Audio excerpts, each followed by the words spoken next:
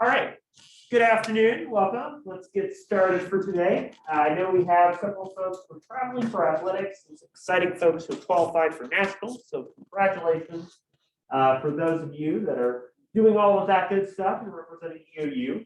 Hope you're having a good Friday and good end to the week. We're really getting close here to the end of the quarter. Just as a couple reminders with regard to the remainder of the class. So we will have class next week. And then the following week, but week 10 will be our final full week of the quarter. The final exam window, we're not going to have any sort of face-to-face or remote meeting. I know a lot of people are going to be traveling and doing stuff.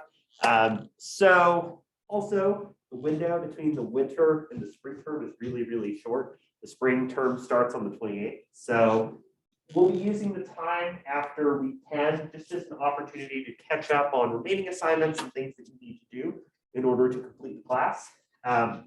Just as a reminder, the deadline to return any late assignments, including makeup assignments to me, is March 19th.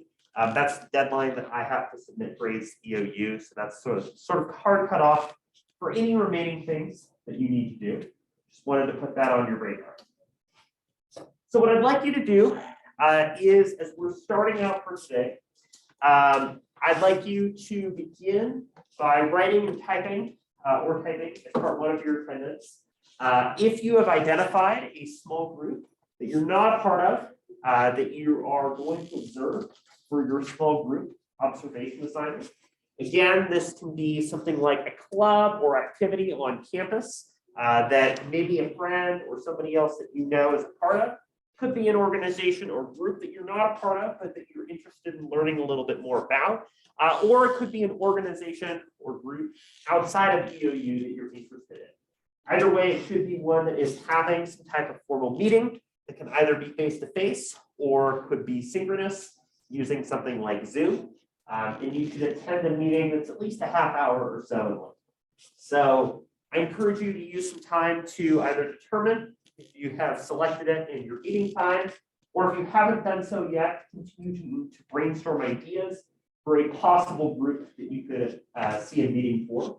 I think it's a good idea to really make sure that you've locked that in by the end of this week. Knowing that the due date for this assignment is on March 6th, that just ensures that you have plenty of time to use your observations from that meeting to complete the essay.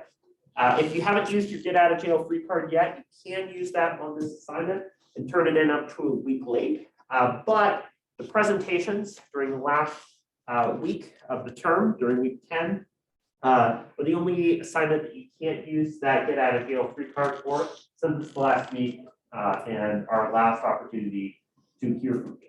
So the other thing is, if you haven't done so already, please make sure to fill out your availability for the group observation presentation. I posted that Google form as a link. So if you have a device and are able to do so, please do that.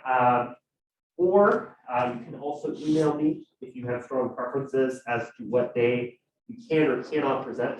Otherwise, by the end of the day today, I'll be posting the schedule and more information about that presentation so that we can get everybody slotted in. Everybody knows when to share the work that they put in for that small group observation. I'll give you a little bit of time to work on that, and then we'll move on from there.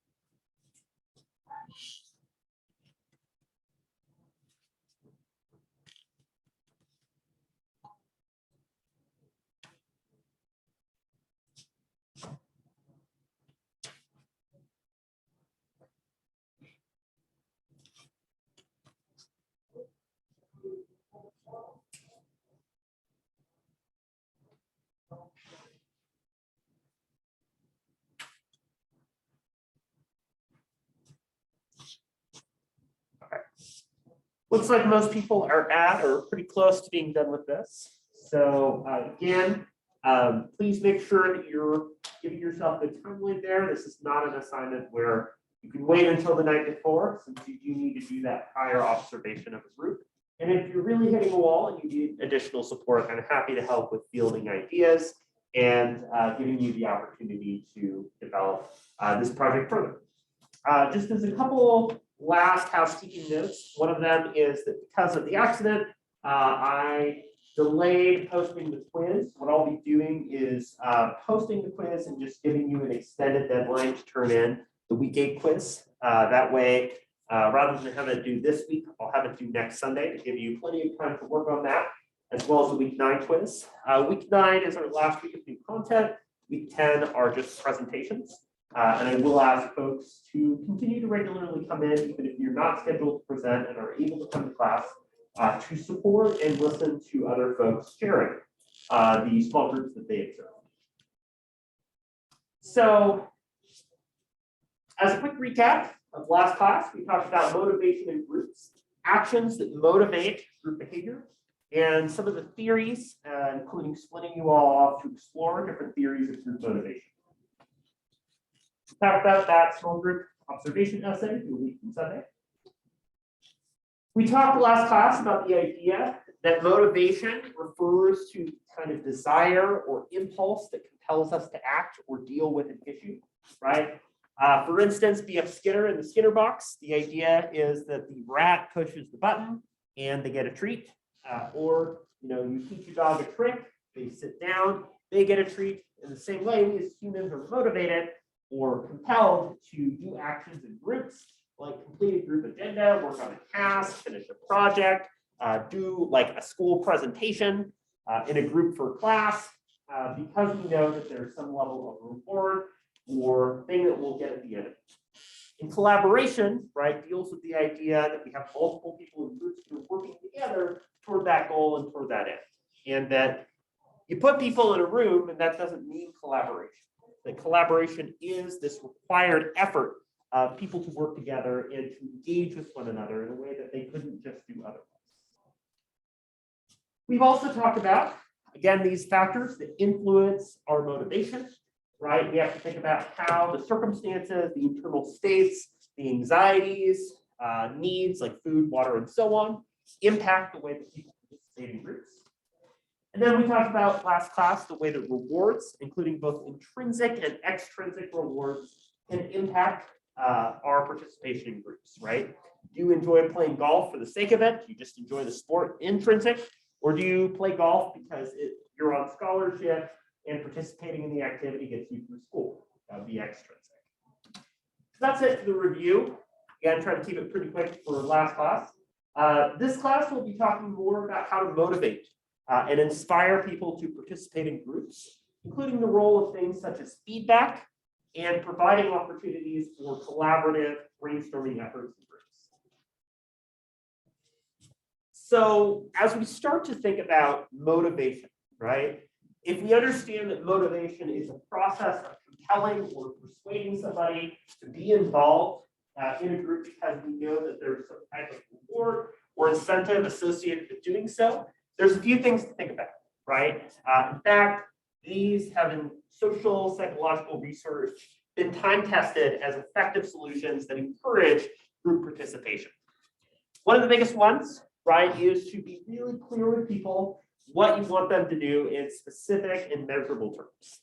In other words, if you're working with other students, for instance, on a study session for a class or something like a group project or presentation, right? And you find yourself in a situation where people are not able to pull their weight or fully contribute to the project, one really good way to correct that is to ensure that everybody in the group really has that dedicated opportunity to understand what you need to do. For instance, dividing up, saying, we're going to work on pages 300 to 310. These two are going to work on 311, 320, so on, is one way to do it. But another thing to think about are some of the ways in which cultural, gender, and identity-related differences shape how we understand how to solve a task. For instance, think about taking notes. People take notes in really different ways. Maybe you're a very detailed, complete sentences, tons of information, and page numbers kind of note-taker. Or maybe you're a very brief, chicken scratch, just a few lines here and there type of note-taker. So if you were asking people for a group project to take notes on a reading, you would want to be clear as to what good notes for that reading would look like, right? So that's a really important element. Another key idea for motivating and ensuring that people in a group are working together is to measure performance and whether or not they're effectively doing some type of task. A really good and easy way to do this comes from working backwards, right? Of starting from the end goal and then trying to figure out a timeline or mechanism by which you get there. For instance, maybe you could say, hey, by the end of our meeting today, we should figure out, an outline for our group project. And by the end of that meeting, right, measure that performance and say, hey, we created an outline. Well, we're not quite there yet, but we'll be able to do so by next Tuesday. So figuring out a way to evaluate and measure what it is that people in a group are able to achieve is really important. The third element is this idea that there needs to be, again, some type of reward or incentive that's associated with successfully completing the task. For instance, right, you could think about carrots versus sticks, right? Carrot being the idea that there is, like giving a horse a carrot, a good thing that somebody gets for doing something. A stick being a negative punishment that occurs for not doing the thing, or for doing something that occurred. So letting somebody know, hey, if our group gets an A on our presentation, then I'll take everybody out for dinner would be an example of providing an incentive or reward, right? Or maybe getting a good grade if you're kind of on the border of getting the grade you want or passing a class, alone serves as an incentive. So incentives are important because you need to show what's in it for me. You might think back to the different theories that we use to motivate group behavior, theories X, Y, and Z. X says that people are generally not that interested in doing a great job, but are interested in getting their core needs. So focusing on incentive and reward is one way to meet those core needs. And then one of the kind of crucial last elements is just to make sure that you make good on your promise. If there's a reward or an incentive for doing something and somebody does not do it, then, if somebody doesn't provide that reward or incentive, that's a problem. So, for instance, if you say, hey, I'll take everybody out to dinner if we get an A on the exam, they do, and then they say, just kidding, I'm broke, I didn't actually think we were going to get an A, sorry, we're not going out, right? That can be really disheartening. It can mean that the group feels like they don't get the feeling of accomplishment or goal that they were trying to work toward, and it can also lead to distrust later, right? If you are not somebody that is able to make good on your promises and actually have at the ready the thing that you have as a reward, it erodes trust and means that members of the group are less likely to work together with you in the future. So just make sure whenever you're providing some type of incentive that you have that ready. You don't assume going in that people are going to fail to complete the task.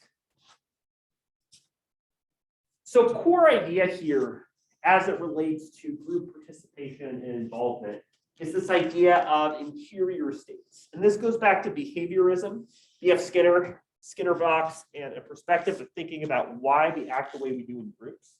According to Skinner, we are in many ways motivated by this constant need for reinforcement. And we also find ourselves, as we're working in groups, dealing with a variety of different challenges, right? For instance, it's the afternoon, you might be feeling the afternoon slump, not feeling, super high energy. It's been a long week. It's Friday, right?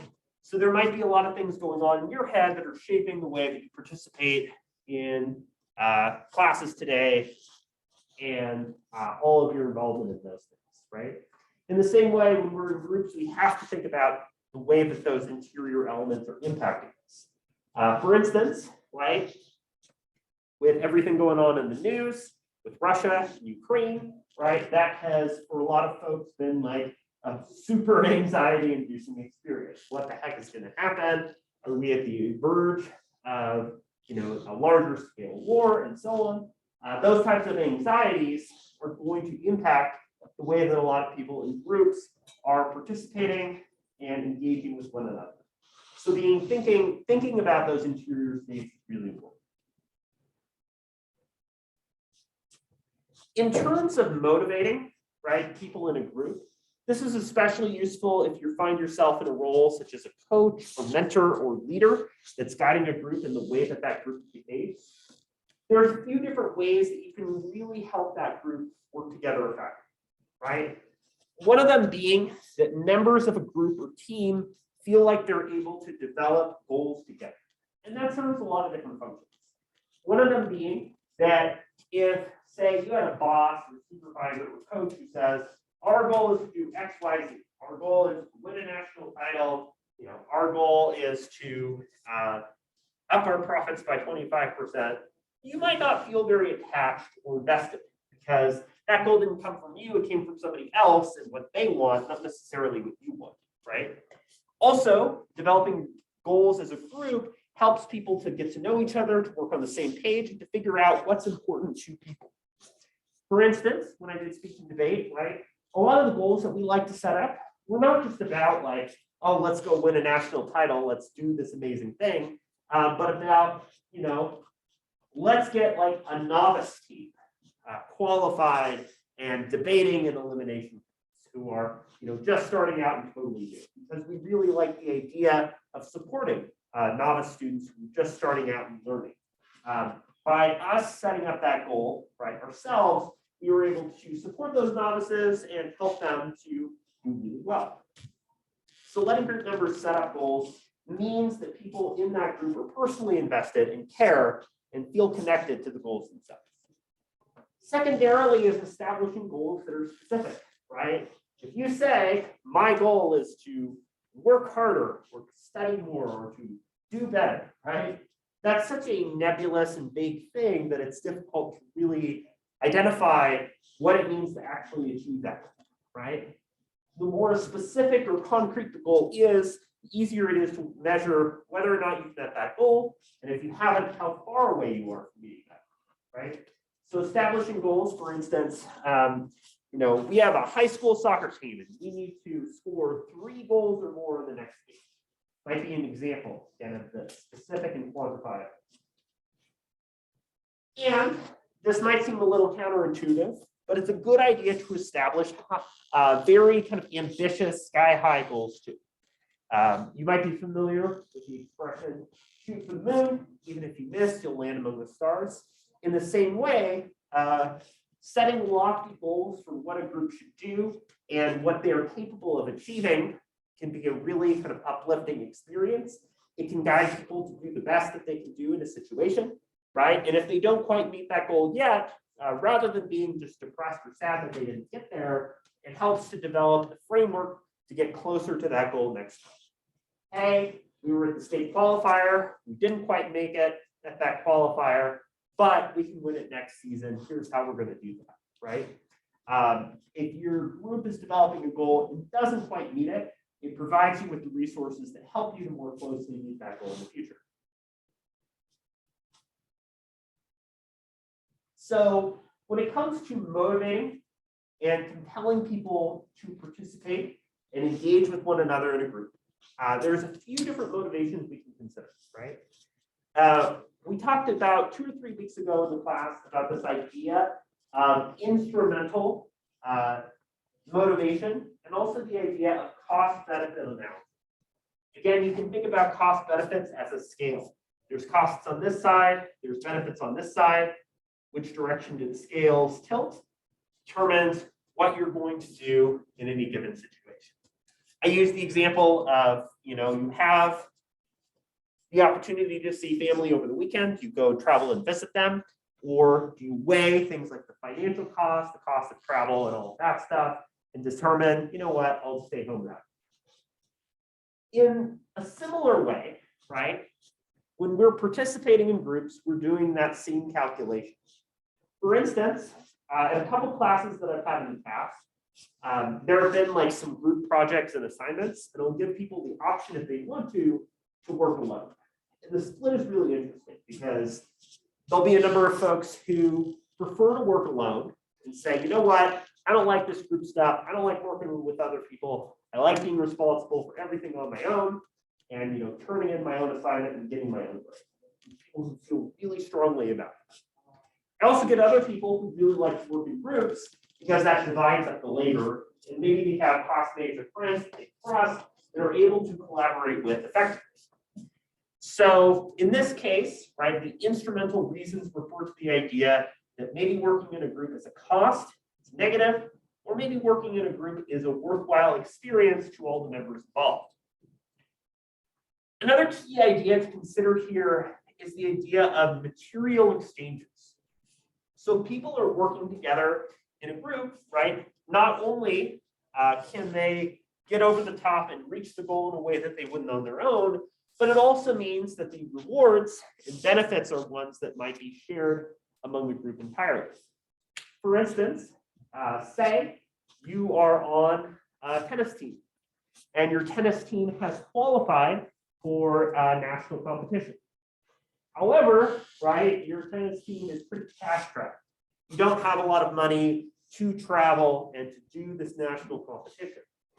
So the members of the team decide, you know what, we're going to host a big raffle. And we're going to do in this raffle like an opportunity to gain funds, to gain support, and to let people pay into this opportunity. So that allows people to contribute, to build up the funds for them to do this national travel. And guess what? Everybody benefits. The material exchanges, right, or transfer of rewards are followed by everybody because now everybody can go and have the funds to do so, right? To give you another example, when I was, again, involved in speech and debate, one thing that we did was travel for sweepstakes points. So when we do speech and debate, typically we'll have like individual events or competitions that just one person does in the group. So for instance, one person could go do an informative speech, one person could go do a persuasive speech, and so on, right? And so our whole team will have individuals competing in different things at the tournament.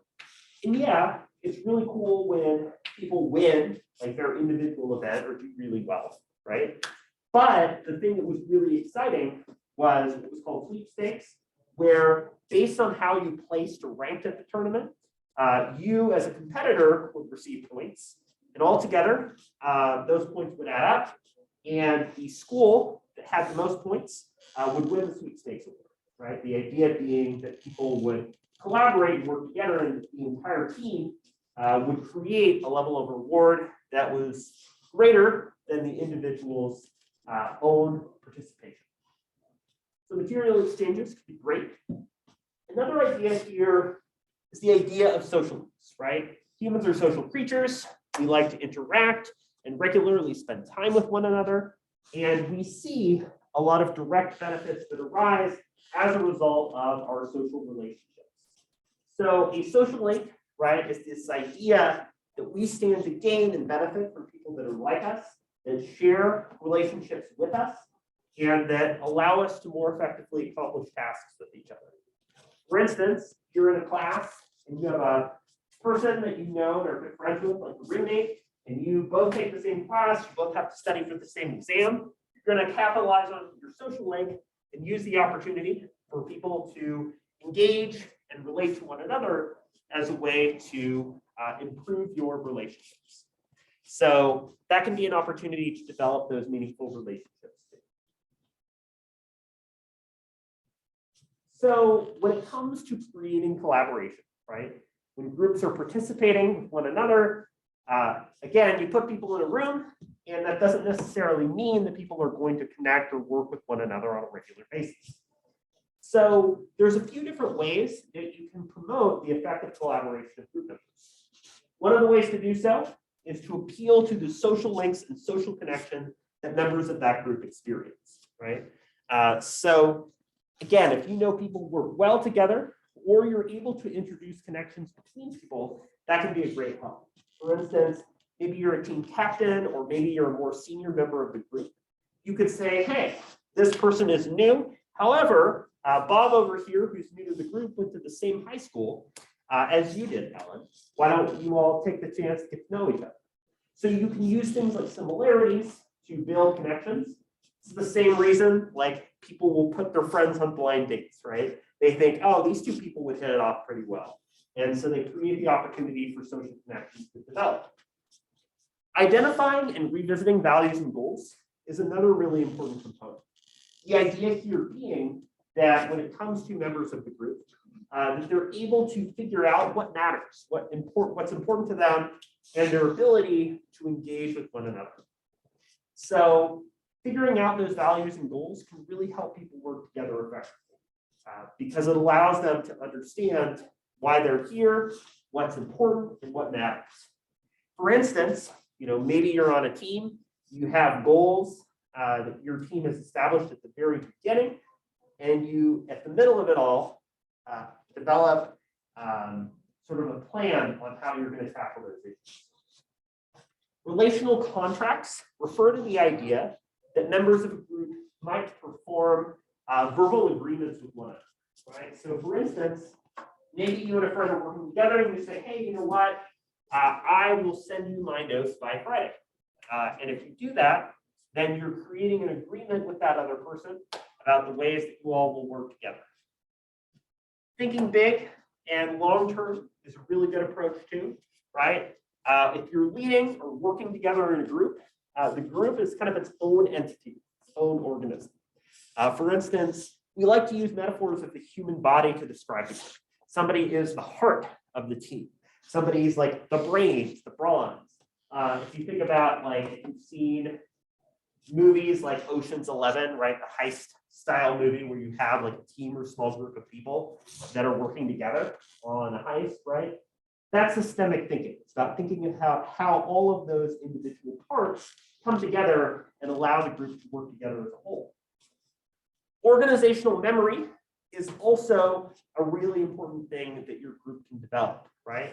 There's a good chance, if you're involved with an athletic team, extracurricular, another activity that does some type of competition, travel, or related events, right? There's a good chance that that group has had the opportunity to post like a wall or a hall of fame or something like that. It shows the trophies, accomplishments, photos, and all of that that relate to the history of the group. And leaders can oftentimes invoke that history to encourage and support group success, right? We have a long history here at EOU of, this team doing really well. Therefore, that can serve as an inspiration to people currently to continue to carry that torch. And then the idea here of celebrating accomplishments, right? When the group or team does well, that should be recognized. That's why a lot of times, rather than like an employee of the month style, which is very kind of competitive in its approach, a more collaborative approach that says, hey, our team did this thing, let's celebrate and do a big pizza party, is an opportunity for people to work together. Another core idea here is this idea of both feedback and assessment. So feedback is a super broad idea. For instance, if you think back to just the basics of communication, if you've taken a class like interpersonal communication, right? We go over the transactional model of communication. The idea that there's a sender, there's a receiver, there's feedback, there's noise, right? Feedback refers to any type of response that we get to a message. And we have feedback in a lot of different ways. For instance, feedback can be verbal, can be like, wow, really? Maybe, you're telling a story of a time that you were out on the trail and you saw a bear, right? And the bear was like coming for you and then it suddenly ran away. right? You might have verbal responses. You might have nonverbal responses where your eyes widen, you're shocked, you're interested, you gasp, right? We respond and provide feedback to the messenger all the time when we communicate with other people. So feedback is general, but to get more specific, assessment is a type of feedback that is designed to help us to understand what we can do in a group to improve our communication and work, right? So assessment is concerned with the quality or the nature of what it is that we do. So by quality, right, we're referring to, is that person doing a good job? Are they pulling their weight? Are they contributing in the ways that they should? Or the nature, what is that person doing in relationship to the group? Maybe you have somebody, a part of the team, who's like a novice, but turns out to be doing really well, and they might qualify for a more varsity division of an activity. So assessment is really looking at those things, right? And assessment can be challenging to do in a group setting for a lot of reasons. One of them being that we don't always feel like we are able to participate or provide feedback. We don't necessarily have a leadership role that allows us to take on that type of responsibility.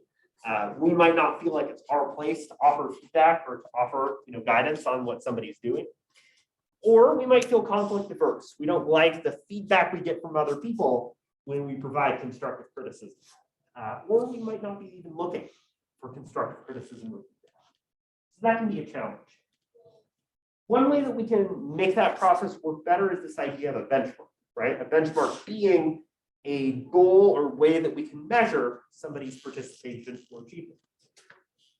You're working on a group project and you say each person in the group is going to read through 10 pages of this textbook so that we can develop a study plan together. And that's how you measure the work that we do. So everybody in the group has to do at least 10 pages in addition to writing at least 2 pages of notes.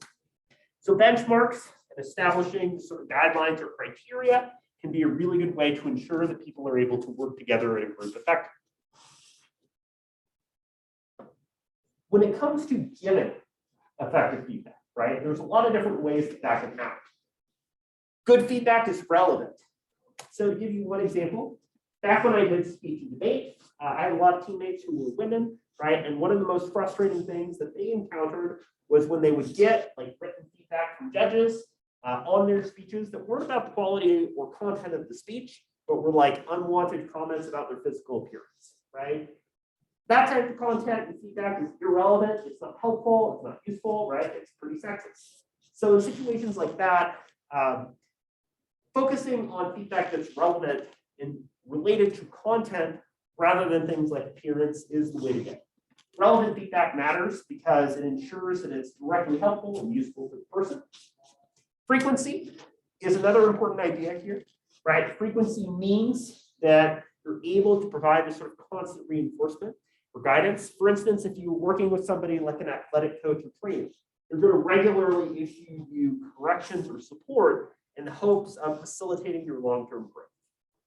Again, when I coach debate, oftentimes I would dedicate, each week working with a student one-on-one to help that student develop skills. And that frequent meeting sort of built this broader trajectory for improving and growing. Simplicity, right?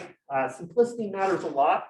For instance, if you get if you turn in an assignment or project and you just get like these massive paragraphs of feedback that it's all like really confusing, jumbled, and doesn't have much coherence, right? You're not going to know what to do with it.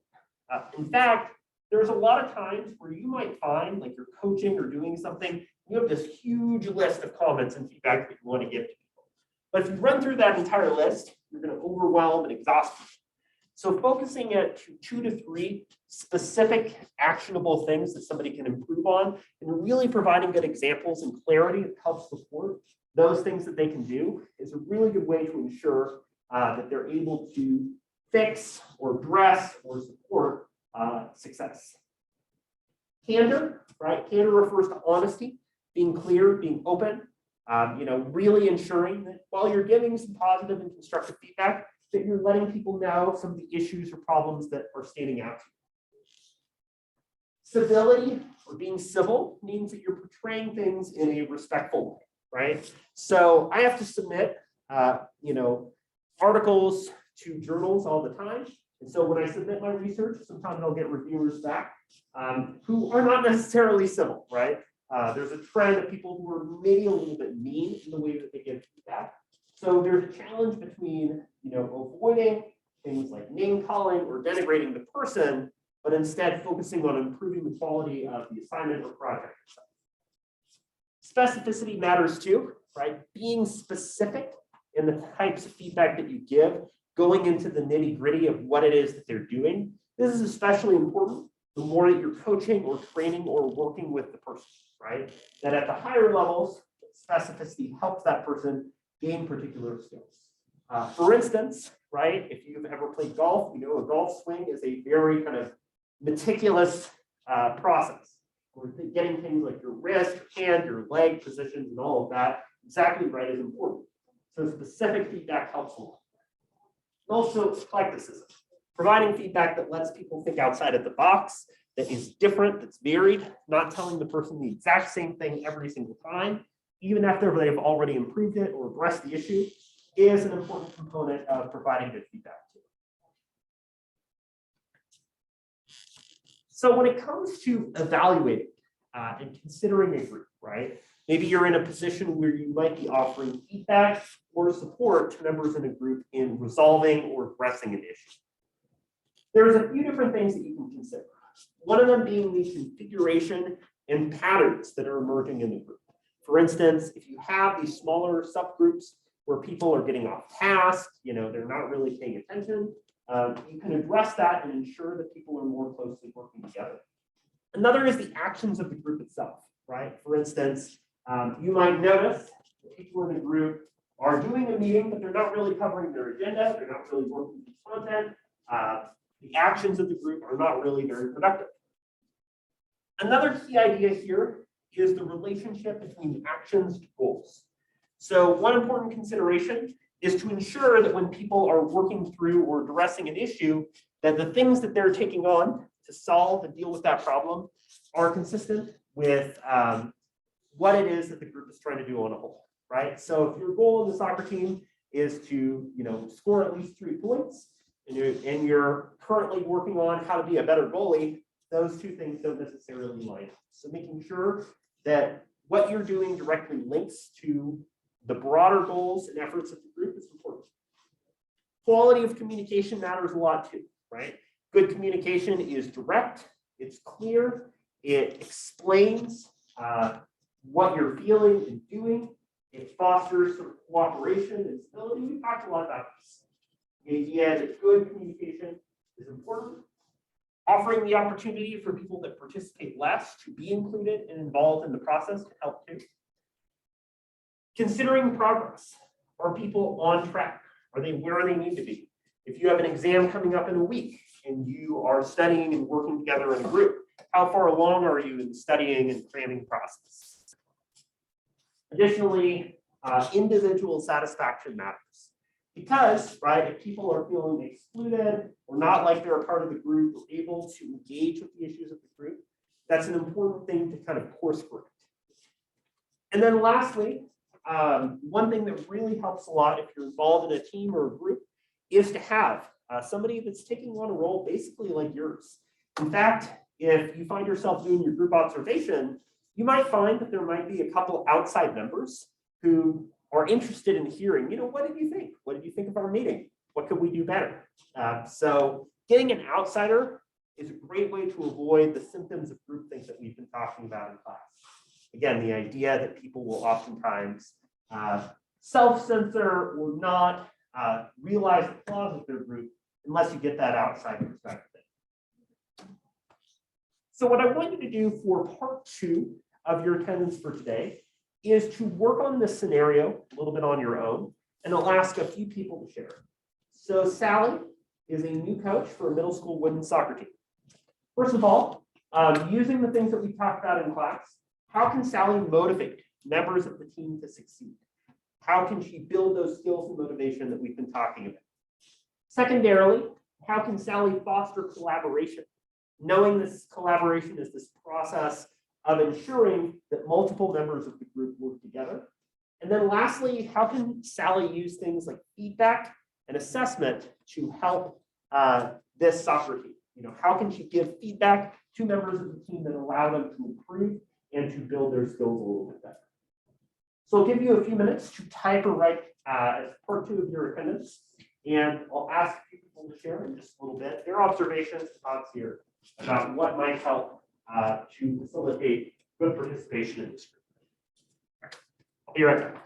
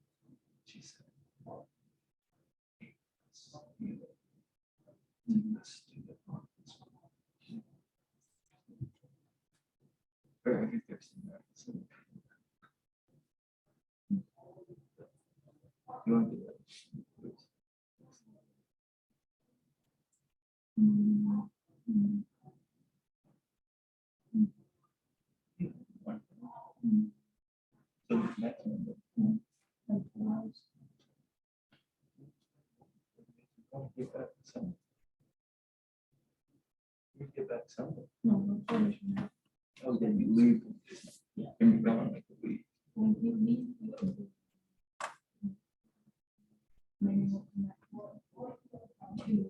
Two?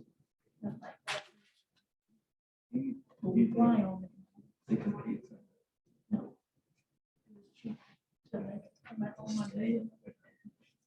You get done for me, then you get you.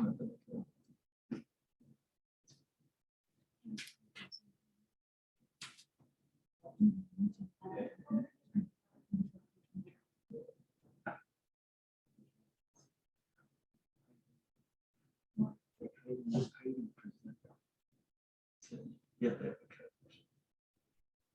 They do practice. They warm up. It's just gonna be, I think it's just gonna be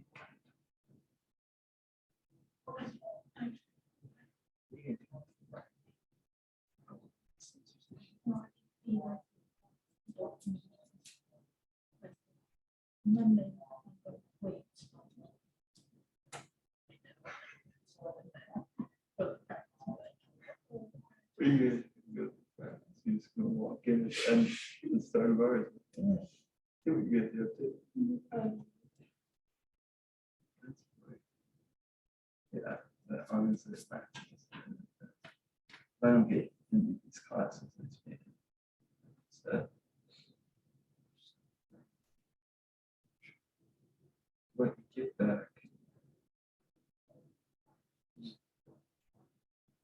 I mean,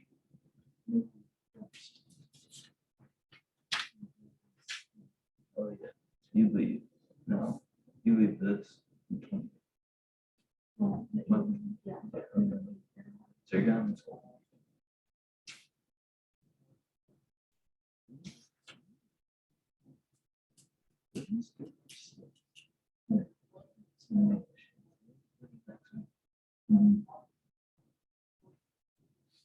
Oh yeah. No, you got it. I know. You know school day. You guys last practice. You just got you guys anymore. Star runners do something. That's because they do it. No.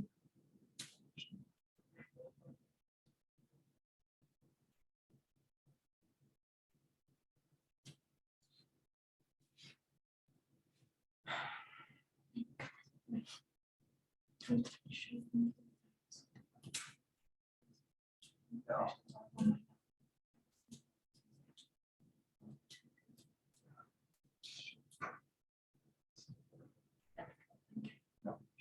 You went up to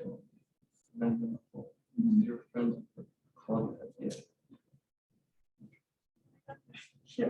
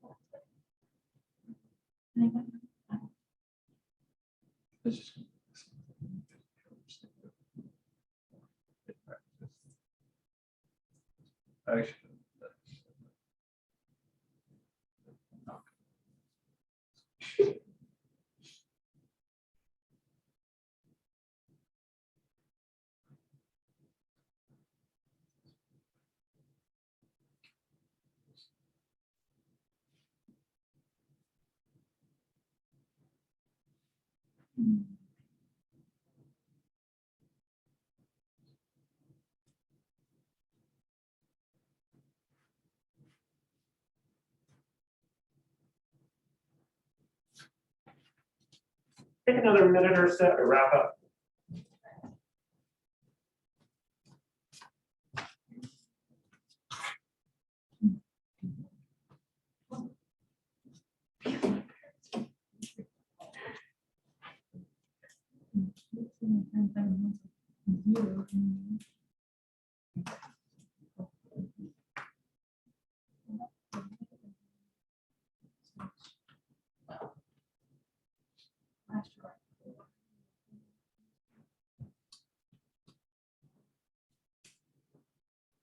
All right, so I'm going to ask a couple folks to volunteer.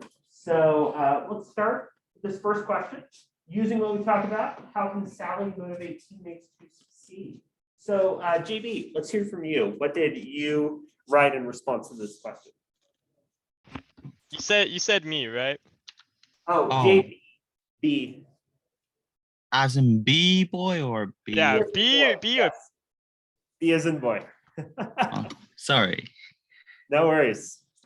So I say like one way she can motivate her team to succeed, like to reward them for their effort for completing their given task. Mhm. Yeah. Sure. So rewarding for completing a task, there's a lot of different ways that could look. You know, doing Mhm. something fun like a pizza party, some type of activity, throwing a party, doing something fun could be a good way for sure to incentivize people. For the second question, how could Sally foster collaboration? JP, let's have you do that this time. P is in porridge. Sounds good. Yeah, so I said Sally can foster collaboration with the group by like having especially like a team-oriented goal. Uh-huh. I get like possibly winning like a championship or something that like the team has to do to be able to accomplish. Yeah. And just like having them work together and stuff, and like make sure that they know that like they have to work together to accomplish this goal. Yeah, absolutely. So, having and setting a goal that is based on the team working together and essentially forcing them, right, to work together as part of the group to get there can definitely be that type of goal for sure. And then lastly, in terms of using feedback, Gavin, what stood out to you? I said Sally can use feedback and assessment by listening to the feedback she gets and then Sure. applying it to the group where it matters or just reevaluating everything that's going on in the group. Yeah, right. So feedback's a two-way street, right? Because not only can Sally use and provide feedback, right, to members of the team to help them do a better job, or maybe, to change or fix up what they're doing. Like, hey, if you kick from this side instead of this side, it could go better. But at the same time, right, Sally is getting feedback from the students too. So as you brought up, she can learn how to better support or engage with middle school students in a way that's more fun or interesting, like using more like analogies or examples or games or activities that can help members of the team feel involved and able to participate. So, a group leader, like you mentioned, can use feedback and can learn how to make their experience as a group leader go more smoothly too. So, group leaders learn in the same way that group members learn about how to best collaborate their ideas. So thank you three, JP, JB, and Gavin for sure. So to wrap up for today, we've talked about collaboration, the way in which collaboration allows people to work together in a group, that they're able to form those meaningful connections, that feedback and evaluation, letting people know how things are going in the group and offering things like connections and feedback is a crucial way to help those groups grow. And also that motivation, right, is the lighting the fire under your butt. It's getting you motivated, interested, and engaged in solving the issue through some sort of concept. So next week, we'll get into our final week of new content, and we'll be talking about how groups manage and deal with conflict. So that'll be fun. Go ahead and pass forward or email me your thoughts for today. Have a great weekend. Safe travels if you're heading out of town. And look for a Canvas announcement from me. It'll post the schedule for presentations with a bit more information about it. Have a great rest of your day. We'll see you next week.